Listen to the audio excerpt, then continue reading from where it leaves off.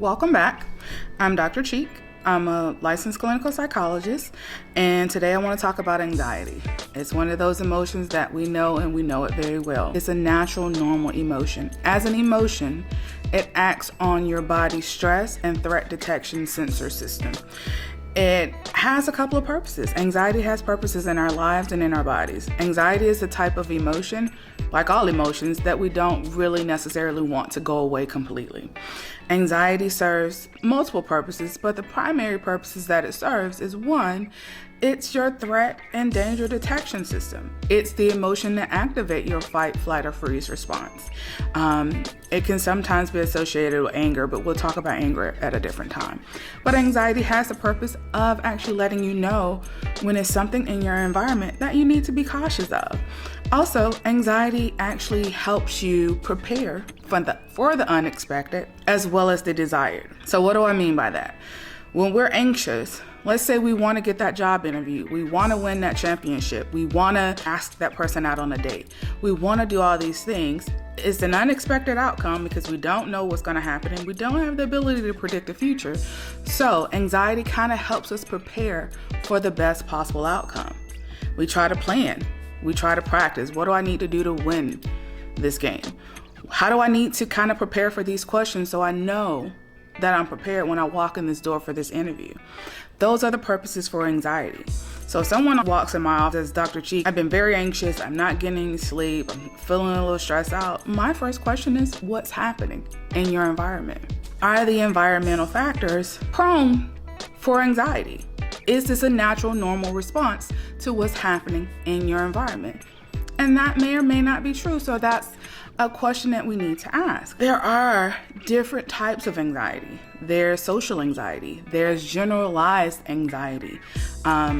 There's actually test anxiety. There is a new, not necessarily new, but there are talks right now about high functioning anxiety. And I'm not really sure how much I buy into that as an actual diagnosis. I know high functioning anxiety kind of sounds very similar to perfectionism, and I'm trying to get the difference between those two. Neither of them are diagnosable mental health concerns, but they've been talked about, and perfectionism has been something that multiple people in the mental health world have studied and researched. So I'm not really clear on the distinction between high functioning anxiety and perfectionism. This is still something I need to look into, because when they talk about high functioning anxiety, it kind of seems similar to normal anxiety once you get to a certain level. Like, we don't get to the CEO level and say, I made it here, so I'm great. I'm not worried. You get to the CEO level and you have more responsibilities. So your worries are more, because now whatever decision I make doesn't just affect me and my job. It could affect me, my job, and the jobs of how many ever employees report to me in this company. So yeah, your anxiety level may raise because the unexpected outcome or the unpredictable outcome is that much greater on certain levels. So high functioning anxiety is one of those interesting dynamics that we are talking about right now in the mental health world. Well, some of us are talking about right now in the mental health world. So those are the different types of anxiety. Anxiety, again, natural, normal emotion. All humans have anxiety. The difference between everyday anxiety and clinically diagnosable anxiety is that when you have clinically diagnosable anxiety, the anxiety is out of proportion to what's happening in your environment. And the anxiety itself kind of keeps you from engaging in normal everyday tasks. So if you are so worried that it kind of shuts you down and keeps you from engaging with family, with friends, doing the things you actually enjoy, doing the things you want to do because you are so worried about the possible outcome, then that is something that we need to talk about on a different level, and it may be clinically diagnosable as an anxiety disorder as opposed to just being everyday, natural, normal anxiety. There are treatments for anxiety. There's acceptance and commitment therapy for anxiety.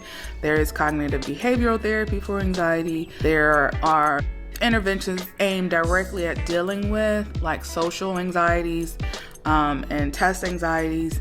There are Most commonly, we kind of focus on relaxation or learning how to relax.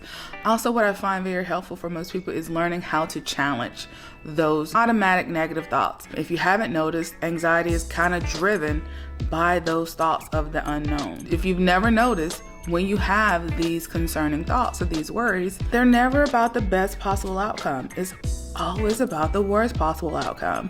For example, if you text someone and they don't text you back, your first thought isn't, oh, they're busy, they may be doing something. Your first thought is, what are they doing? Who are they doing it with? That's the first thought. So it's never a positive thought process. And that's what drives the anxiety. So learning how to challenge that automatic negative thought, because 9 times out of 10, that automatic negative thought is coming from an unhelpful thought pattern that you already have. And there are a lot of unhelpful thought patterns that we all have and we all utilize on a daily basis. One of them being our ability to predict the future. We like to believe that we have the ability to do that, or the ability for others to read our minds and for us to read their minds.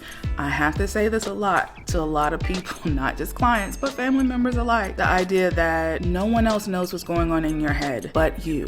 So if there is something that you're worried about, if there is something you're concerned about, if there is something you have a question about, simply ask that question and be clear about what that question is, what answer you're looking for by that question. Because whatever conversation you've had internally, no one else is aware of that. So, summation. Anxiety, natural, normal emotion. We don't ever want to get rid of anxiety completely. However, if it gets in the way of you being able to do everyday, natural, normal tasks, if it shuts you down, if it keeps you from being able to function in everyday life, then that is something that you may need to get assistance for. There are interventions that can help you.